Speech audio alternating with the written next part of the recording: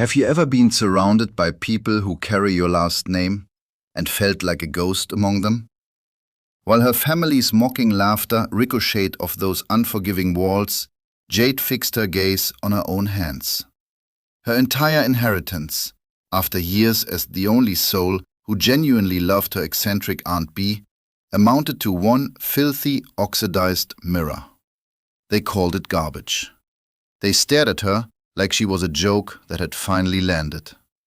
But none of them understood Bee's silence, and none of them knew that the most precious things are sometimes buried beneath deliberate decay. The surviving members of the Gallagher bloodline filled that room, a family drowning in legacy, starving for warmth. Jade Harrington sat closest to the door, fingers knotted in her lap. 32 years old, the youngest person at that table, and almost certainly the only one who had wept when Beatrice Gallagher stopped breathing.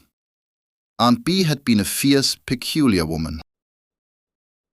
She'd lived alone inside a sprawling Victorian mansion in Salem, the kind of house that was slowly surrendering to gravity. While the rest of the family traded whispers about Bee's eroding mind and sharpened their pencils over her net worth, Jade had spent her Sundays sipping tepid Earl Grey in that dust-choked parlor, listening to impossible stories about the 1960s art world, about continents crossed and lives lived without apology. Across the table, Jade's older brother, Darius. He glanced at his Rolex every few minutes. His tailored Italian suit practically vibrated with appetite. Beside him sat their cousin, Sylvia. She dragged crimson lipstick across her mouth with the hollow patience of someone killing time at an airport gate. Attorney Harrison Caldwell, a man who appeared to predate the antique volumes on his own shelves, cleared his throat. He straightened his half-moon spectacles. Then he cracked the seal on a thick manila envelope laid before him. __quote _0__, Caldwell announced. His voice was dry as splitting parchment. The room locked up instantly. Darius abandoned his watch, spine snapping straight.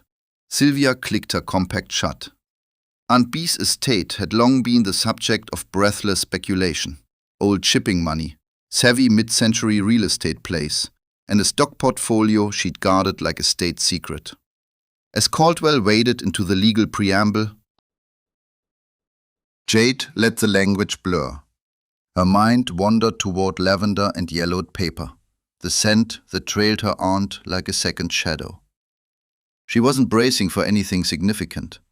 Darius had always been the anointed one, the assumed heir to every Gallagher dollar. Sylvia had spent years worming her way into the confidence of Bea's financial advisors. Jade wanted something small, a fountain pen, maybe a photo album. Caldwell read, eyes tracking the dense paragraphs. Darius exhaled hard, a sharp, satisfied breath. A smug grin stretched across his face. His empire delivered on schedule. He turned and fired a look of pure triumph at Sylvia. Jade braced herself for scraps. Caldwell pressed on, completely indifferent to the silent theatrics. Sylvia gasped, a tight, involuntary sound. Her hands flew to her collarbone. She'd captured the glittering prize she'd been circling since adolescence. Caldwell stopped. He turned the page. Silence filled the room like something poured, thick, heavy, settling into every corner. Jade shifted in her chair, already rehearsing a quiet exit once the formalities died. __quote _5__, Caldwell said. His brow creased, as though he were confirming the words against his own disbelief. Darius and Sylvia swiveled toward her in unison, his eyes narrowed to slits. Hers carried faint amusement. Caldwell read, his voice flattening into something almost careful. Quote 8. The room went airless. Jade blinked. The mirror. She knew that piece well. It towered there, a brutal, commanding presence nearly 8 feet high, wrapped in dense, dark mahogany. Every inch of the frame crawled with heavy Gothic scrollwork, intricate and vaguely threatening. The silvering behind the glass had deteriorated badly, flaking away in patches, leaving reflections warped and spectral. No amount of generosity could call it beautiful. It was, by any honest measure, an ugly piece of furniture. Then a sound cracked through the silence, a scoff, sharp, deliberate. Darius rocked back in his leather chair and erupted into deep, unrestrained laughter, the kind that starts in the belly and doesn't care who it wounds. It rolled off the wood-paneled walls like a declaration. Half a beat later, Sylvia chimed in. Her giggle was pitched high and thin, a mocking little needle that slid straight down Jade's spine like ice water.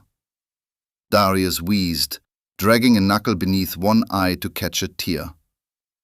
Sylvia purred, every syllable dripping condescension. The humiliation hit Jade's face like an opened flame.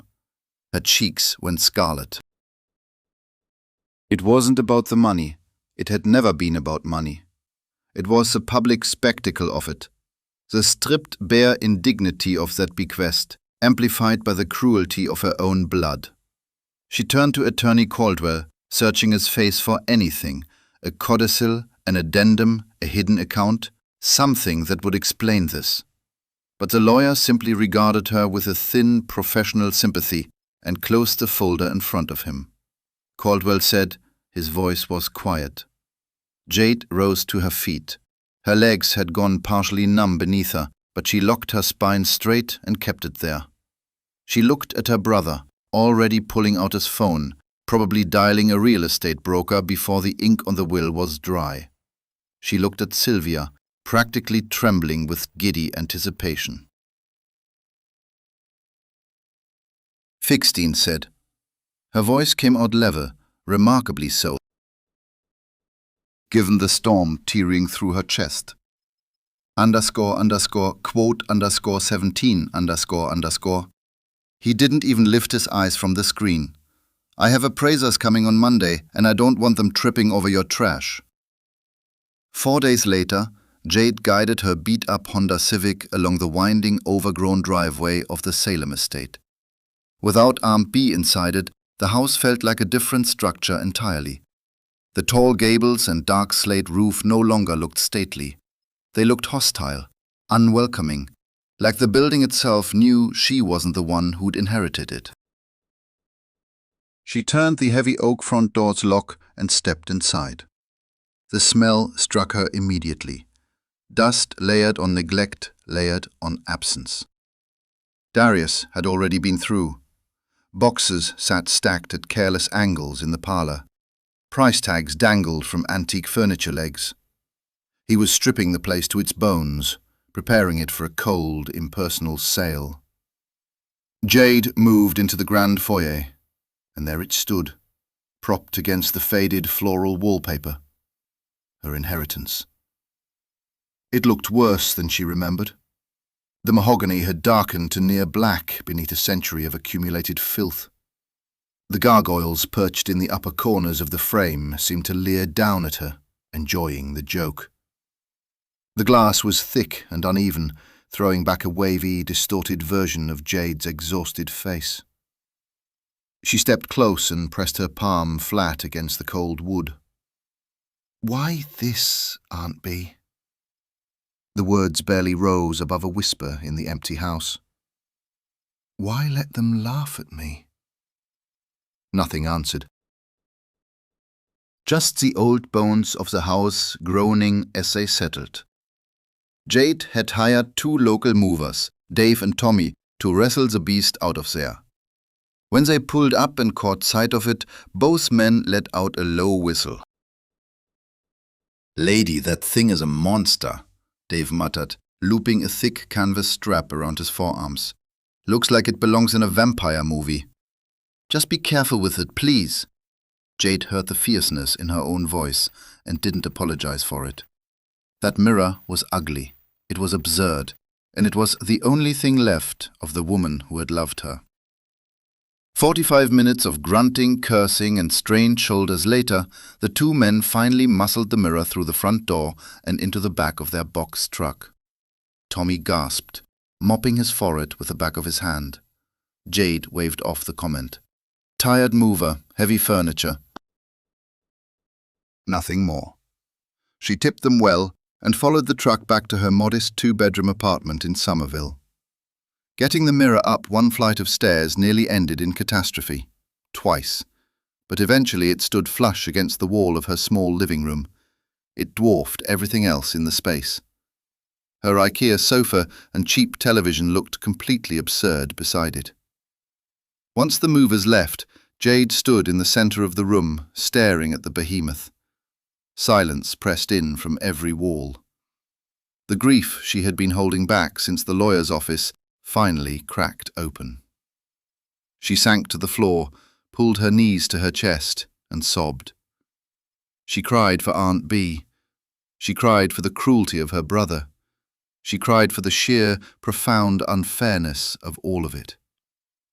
When the tears finally stopped, late afternoon sun was throwing long orange beams across the warped glass. Jade wiped her face. Something shifted inside her, a sudden, strange burst of practical energy. If this monstrosity was going to live in her home, it was at least going to be clean. She filled a bucket with warm water, white vinegar, Murphy's oil soap, grabbed a stack of microfiber cloths, started with the glass first, scrubbing away decades of hazy film. As the surface cleared, the flaking silver backing became even more obvious. But at least the glass was smooth now. Then she turned to the massive wooden frame. She worked oil soap deep into the intricate carvings, using an old toothbrush to dig grime out of the gargoyle's deeply set eyes. Down the sides she went, moving toward the heavy base, and then, scrubbing the thick wooden panels on the back, the part meant to sit unseen against a wall, her cloth snagged on something. Jade stopped, ran her fingers slowly over the back panel. It wasn't solid, not one piece of wood the way she had assumed. There was a seam, perfectly straight, incredibly tight, running the entire length of the backboard, buried under a thick layer of dark furniture wax and decades of accumulated dust. Frowning, she grabbed a butter knife from her kitchen and scraped carefully along that line. Wax flaked away in dark curls, revealing a series of tiny brass screws, countersunk, hidden flush within the wood. Tommy the Mover's voice echoed through her mind. It's like it's filled with lead. Her heart gave a strange, unexpected flutter. Why would a mirror backing be screwed shut like a vault? Normal antique furniture used nails, tacks, not this. And why was the frame so impossibly thick? The mirror stood nearly 10 inches off the wall. Jade ran to her utility drawer, grabbed a Phillips head screwdriver, returned to the mirror and knelt behind it. The brass screws were old, stubborn. The first one refused to move. She gritted her teeth, pressed her palm hard against the back of the screwdriver, and turned with everything she had. A sharp crack split the quiet apartment, loud as a gunshot. The screw broke free. She worked feverishly after that, 20 minutes, her hands cramping, 16 heavy brass screws, one after another, until the final one dropped silently into the carpet. Jade took a deep breath. She wedged her fingers into the seam, feeling the dense, heavy wood of the panel. It was stiff, vacuum-sealed by time and wax. She pulled harder, bracing her foot against the base of the frame. A low, groaning scrape. The massive back panel gave way and fell backward, hitting the carpet with a heavy thud. Ancient dry dust billowed into the air. Jade coughed, waving her hands in front of her face. When the clouds settled, she crawled forward on her hands and knees and looked inside. The mirror wasn't just a frame. It was a custom-built hollow casing. The cavity behind the glass was lined with dark green velvet, completely pristine, untouched by the elements. And sitting snugly within that velvet-lined tomb, stacked neatly from the base all the way to the top of the 8-foot frame, were dozens of thick rectangular packages. wrapped tight in heavy waterproof oilcloth, bound with thick twine. Jade's breath hitched in her throat. Her hands were shaking violently as she reached into the dark cavity and pulled out the nearest package. Heavy. She sat back on her heels and untied the brittle twine. It snapped easily. Peeled back the layers of dark oilcloth. Inside was a thick stack of paper. But not just any paper. Jade stared at the intricate steel-engraved borders, the watermarks, the heavy Gothic font. She recognized them from a finance class she had taken years ago in college. Bearer bonds. And more than that, underneath the first stack of bonds sat a manila folder containing original stock certificates, impossibly old. She pulled the top certificate free. The ink had faded with age, but the bold lettering across the header, that was unmistakable. 10,000 shares of a holding company she knew, with absolute certainty, had been swallowed whole by one of the largest multinational technology conglomerates on Earth during the early 1980s. And beneath that certificate, pressed flat against the velvet lining, sat an envelope. Thick, cream-colored stationery. Jade opened it with fingers that would not stop shaking. Inside, a letter. Aunt Bee's familiar, looping handwriting. My dearest Jade, if you are reading this, it means two things. First, that I am gone. And second, that my wretched nephew Darius and his vapid cousin have shown their true colors at the reading of my will. Let them have the bricks and mortar. Let them have the trinkets in the bank. They are fools, Jade. They only see what is placed directly in front of them. I have spent my life guarding a secret, waiting for someone who possessed the patience, the humility, and the character to look beyond the surface. I knew it would be you. What you hold in your hands is the true Gallagher fortune, untraceable, unrecorded, and utterly yours. Jade's gaze dropped from the page to the velvet cavity below. The towering stack of oilcloth packages sat waiting, 40 of them, maybe 50. She was not looking at thousands of dollars. As she slowly calculated the sheer volume of bearer bonds and original unsplit shares of a blue-chip tech monolith spanning 4 decades, Jade Harrington realized she was staring at hundreds of millions of dollars. For 3 agonizing days, she did not sleep. She called in sick to her data entry job at State Street Corporation, locked the apartment door, drew the blinds. The sheer, suffocating reality of the wealth piled in her living room held her hostage. She had extracted every single oilcloth package from the antique mirror, logging each one on a cheap legal pad. The inventory defied belief. Hundreds of U.S. Treasury bearer bonds, the anonymous, untraceable instruments the ultra-wealthy had favored before the government ceased issuing them in 1982. Unregistered. Whoever gripped the physical paper owned the debt. No questions, no names. But the crown jewels were the corporate certificates. Aunt Bee had been an early, ferocious investor during the 1980s tech boom. Nestled inside the velvet casing were physical, unsplit shares of Apple Computer Incorporated, acquired shortly after its 1980 IPO. Alongside them, thousands of shares of Berkshire Hathaway Class A stock. When she factored in decades of stock splits, dividends, and compound growth, the number that emerged made her hands go cold. Approximately $246 million in paper in her apartment. Jade understood immediately. She was in profound danger. If word escaped, she would become a target overnight.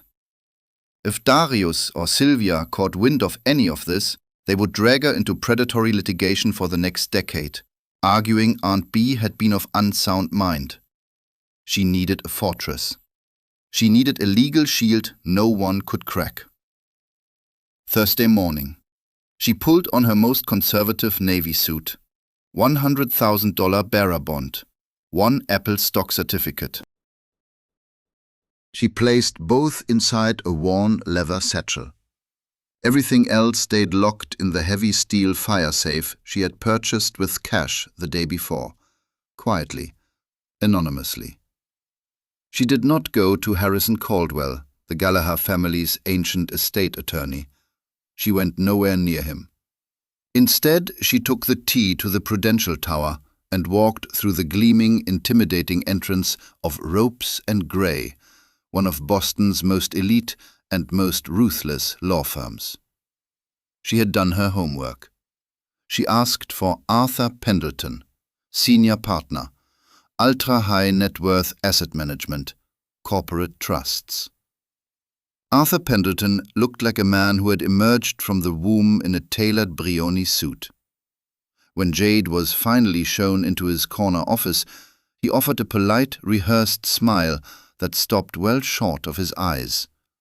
He had already sized her up. Small-time client, lost, out of her depth. "Miss Harrington," Pendleton said, flicking a glance at his Rolex, a gesture that clenched Jade's stomach because it reminded her of Darius. __quote_27__. Jade said nothing. She unclasped the satchel, drew out the manila folder, and slid the 2 antique documents across the polished mahogany desk. Pendleton looked at them. His professional smile dissolved. He lifted the bearer bond toward the light, studying the intricate steel-engraved watermark with forensic intensity. Then his gaze dropped to the apple certificate. He swallowed hard. Adam's apple pressing against silk. "Where did you get these?" His voice had dropped a full octave. "I inherited them," Jade said. Quiet, steady. No tremor. "And I have 48 more packages identical to this one. They are sitting in a secure location right now. By my rough math, the total asset value lands just under 250 million. I need authentication. I need the shares digitized. I need the matured bonds cashed. And I need every bit of it done under absolute airtight anonymity." She paused. "I want a blind trust, Mr. Pendleton. An ironclad wall between me and this money." Pendleton stared at her. Every trace of condescension had been scoured from his face. "Miss Harrington," he breathed, "I believe we can accommodate you." What followed was 3 months of silent, covert financial warfare. Pendleton arranged a private armored Brinks transport to move the remaining contents of the Mirror from Jade's apartment into a subterranean vault at Bank of America. A team of forensic accountants and brokers went to work, quietly, meticulously. Because bearer bonds are heavily regulated today to prevent money laundering, Ropes and Gray had to navigate the Treasury Department with surgical precision. They proved the chain of custody through Aunt Bee's letter and the time-stamped sealed condition of the Mirror's backing. As funds began to legally materialize, Jade established Mahogany Holdings LLC, a completely blind trust managed by Pendleton. She resigned from State Street Corporation, cited personal reasons, but she didn't buy a yacht. Didn't buy a penthouse.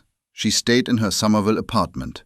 She waited, because while Jade was quietly assembling an empire, Darius and Sylvia were walking straight into a trap Aunt Bee had engineered from beyond the grave. Arthur Pendleton had conducted a discreet audit of the Gallagher estate's public records at Jade's request. What he uncovered made Jade laugh until tears streamed down her face. Aunt Bee hadn't merely hidden her wealth inside the Mirror, she had weaponized every visible asset she left behind. Those Back Bay commercial properties Darius had gloated over, Bee had taken out massive, high-interest commercial mortgages against them years before, funneling the cash into untraceable bonds. And it got worse. An EPA inspection, triggered by Darius's attempt to sell the buildings, revealed extensive hazardous asbestos contaminating the HVAC systems. The properties were legally unsellable until a $3 million remediation was completed. Sylvia's fate carried an even darker poetry.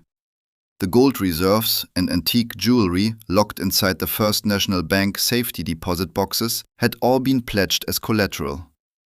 Aunt B had leveraged them against a string of personal loans from JP Morgan Chase.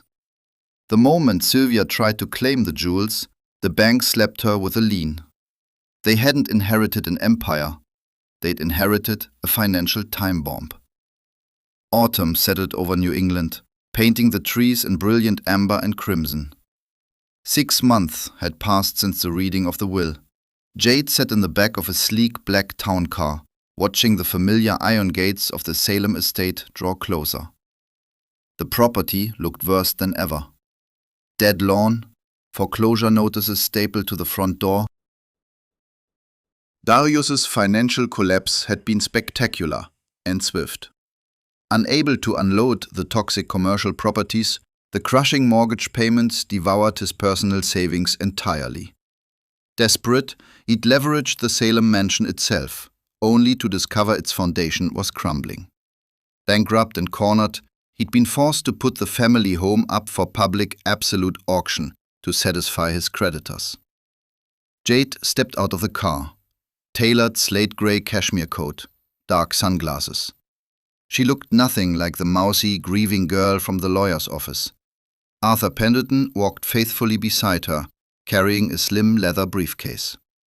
A small crowd had gathered on the dead lawn, local real estate vultures, curious neighbors. Standing on the porch, looking haggard and 20 years older, was Darius. Sylvia stood next to him, clutching a cheap trench coat around herself. Her designer bags were long since pawned. The auctioneer, a loud man with a microphone, launched the proceedings. "We are opening the bidding for this historic Salem property at $1 million. Do I have $1 million? $1 million, a local developer called out. 1.2, someone else fired back. The bidding crept upward to 1.8 million. Darius looked physically ill. At that number, it wouldn't even touch half the debts tethered to the estate. He was staring down total ruin. Arthur Pendleton stepped forward. His voice sliced through the crisp autumn air with a kind of authority that only comes from decades of corporate litigation. A beat of silence. Then, the crowd rippled with murmurs. The developer shook his head and backed away. The auctioneer's gavel cracked down hard. "Sold to the gentleman in the suit!" Darius's shoulders dropped with fragile, temporary relief. He descended the porch steps toward Pendleton, forcing a desperate grin, the kind salesmen wear when they know the deal already fell apart. __quote _40 __. Pendleton did not take his hand. He simply moved to the side. Jade stepped forward and removed her sunglasses. Darius froze mid-stride. Every drop of color bled from his face. Behind him, Sylvia choked out a strangled, bewildered gasp. Jade said. Her voice was smooth, unhurried, unbothered. Darius sputtered, his eyes sweeping over her tailored clothes, the private car idling at the curb, the high-powered attorney standing at her flank. Jade answered. Sylvia shoved forward, eyes blown wide with frantic disbelief. Jade smiled, not cruel, but cold. Darius's voice trembled, cracking under the weight of a horrifying realization rising inside him. "What was in that mirror?" "Just wood and glass," Jade lied, cleanly, effortlessly, knowing full well that revealing the exact nature of the bearer bonds would only invite endless, exhausting litigation. Lawsuits she would win, sure, but the drain wasn't worth it. The lie was sharper than the truth and infinitely more devastating. Darius stumbled backward as though he'd taken a fist to the chest. His gaze lifted to the crumbling facade of the house, then swung back to his sister. The full weight of his own arrogant stupidity crashed over him like a wave. He had literally laughed at her while she walked out the door, carrying the key to $250 million. Sylvia broke. Loud, ugly sobs. pure, unadulterated regret pouring out of her without restraint. "You have until the end of the week to clear your personal belongings from the house, Darius," Jade said, turning toward the waiting town car. She paused, glanced back over her shoulder.